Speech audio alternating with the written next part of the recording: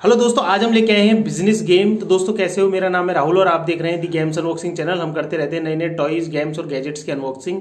तो हमारे पास काफी दिन से डिमांड आ रही थी कि बिजनेस गेम की अनबॉक्सिंग की जाए। जो मेरे पास जो बिजनेस गेम है उसके अंदर कुछ इस तरीके की करेंसी है हमारे पास में। 5,000, 10,000 के नोट और 1,000, 500 इस तरीके से करेंसी निकली है। कुछ ये हमारे पास टिकट्स हैं, प्लेयर्स को चलने के लिए हमारे पास टोकन्स हैं, डाइस है और इसमें टिकट इंक्रीमेंट के लिए कुछ और टिकट्स हैं हमारे पास में। और ये हमारे पास इसका मेन बोर्ड है। तो इस गेम को 2 से लेके कितने भी प्लेयर खेल सकते हैं। इस गेम में हमें एक डीलर मस्ट होता है जिसको हम बैंक भी बोलते हैं। यदि कोई प्लेयर चाहे तो वो भी बैंक बन सकता है या सारे प्लेयर मिलके बैंक की तरह परफॉर्म कर सकते हैं। अगर आप ज्यादा प्लेयर खेल रहे हैं तो बैंक जरूर बनाइए, इससे खेलने में आसानी रहती है। उसका काफी सारा वर्क होता है इसके अंदर। यहाँ से स्टार्ट होता है। तो सबसे पहले हम सपोज करते हैं कि 3 प्लेयर खेल रहे हैं तो तीनों इस जगह से स्टार्ट करेंगे और यहाँ से स्टार्ट करके ये कुछ इस तरीके से राउंड लगाते हुए वापस इस बोर्ड पे घूमते रहेंगे। तो अब थोड़ा सा हम ये समझ लेते हैं कि गेम खेला कैसे जाता है। तो सबसे पहले जो भी प्लेयर चलना चाहे वो अपने इन डाइसों से चलेगा और डाइस पहले प्लेयर ने डाइस चली और उसका 6 आया तो जैसे कुछ उसको इस तरीके से काउंटिंग करनी है, 1 2 3 4 5 और 6। तो 6 जैसे इंदौर पे उसकी गोटी आ गई है। तो इंदौर पे आ गई तो जो बैंक वाला पर्सन होगा वो इंदौर का टिकट निकाल के उसको इसकी प्राइस बताएगा। तो इंदौर की जो टिकट की प्राइस है वो 1500 रुपये है। तो उस प्लेयर को 1500 रुपये पे करने पड़ेंगे बैंक को। तो पैसे कहाँ से पे करेगा वो? तो जो हमारे पास ये करेंसी है ये हम इक्वली बांट लेंगे बैंक्स और प्लेयर्स के बीच में। इंदौर वाली साइड उस प्लेयर की हो जाएगी। फिर आगे इसी तरीके से ही गेम चलता रहेगा। फिर दूसरे प्लेयर का भी 6 आ गया तो दूसरा प्लेयर वापस से इंदौर पे आ जाएगा। तो अब इंदौर तो पहले ही बिक चुका है। तो बिकने के बाद में अब इसका दूसरे प्लेयर को जो पेमेंट है वो पहले प्लेयर को करना पड़ेगा क्योंकि इंदौर उसके पास है। वो इससे रेंट वसूलेगा अपनी साइड पे आने का। इसमें कुछ आगे भी है कि भी 700 रुपये कब देगा, 1500 कब देगा। तो यदि मान लो प्लेयर 1 घूम के वापिस से एक चक्कर लगा के दोबारा इंदौर पे आ जाता है, बैंक उससे 1750 रुपये लेगा। ये हर टिकट के लिए अलग अलग रेट होती हैं और उसको ये ऑफिस वाली साइड बना देगा और ऑफिस के लिए उसे एक एक्स्ट्रा टिकट देना पड़ेगा बैंक को और वो प्लेयर 1 उसको अपने इस पे रख लेगा। वो देखते हैं तीसरा प्लेयर 7 आया है तो तीसरा प्लेयर के पास में ये चांस पे चला गया 7वें नंबर पे अफसर। तो अब यहाँ पे ये चांस के रूल वगैरह लिखे हुए हैं। तो आपके बिजनेस में भी ऐसे रूल लिखे हुए होंगे। जैसे 7 डाइस आई थी तो 7 नंबर के चांस पे हम देख लेंगे। तो इस पे लिखा हुआ है you have von jackpot of RS 2000। तो 2000 रुपये का आप जैकपॉट जीते हैं। तो पैसा कौन देगा? बैंक देगा उस प्लेयर को। तो जितनी भी हमारे डाइस में नंबर आता है उसके हिसाब से हम चांस के रूल पढ़ लेंगे।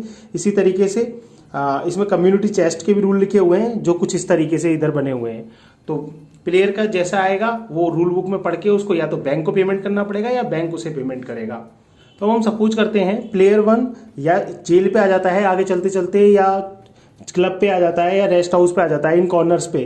तो इनके आप रूल खुद ही बना सकते हैं। जैसे हमने सेट किया हुआ है कि कोई भी प्लेयर यदि जेल पे या क्लब पे या रेस्ट हाउस पे आ गया तो उसको 500 रुपये पेनल्टी देनी है बैंक को और फिर वो आगे निकल सकता है। और ये रूल आप अपने हिसाब से बना सकते हैं। यदि कोई भी प्लेयर घूम के इस स्टार्ट पॉइंट को पास कर लेता है, पास करने के बाद मान लो जैसे वो घूम के यहाँ बॉम्बे पे आ गया तो उसको 1500 रुपये बैंक पेमेंट करेगा क्योंकि उसने एक चक्कर पूरा काट लिया है। रिवार्ड के रूप में बैंक उसको 1500 रुपये पेमेंट करेगा और फिर वो अपनी बॉम्बे की साइट खरीद ही सकता है। इसमें एक रूल ये भी है कि यदि आपके पास पैसे नहीं है साइट खरीदने के लिए तो कोई जरूरी नहीं है आप उसे खरीदें, आप आगे बढ़ जाएंगे। बाकी इसमें कुछ और रूल्स भी होते हैं जो टिकट्स पे लिखे हुए होते हैं तो हम उनको फॉलो करेंगे और गेम आगे बढ़ता रहेगा। गेम को खेलने के बेसिक यही है।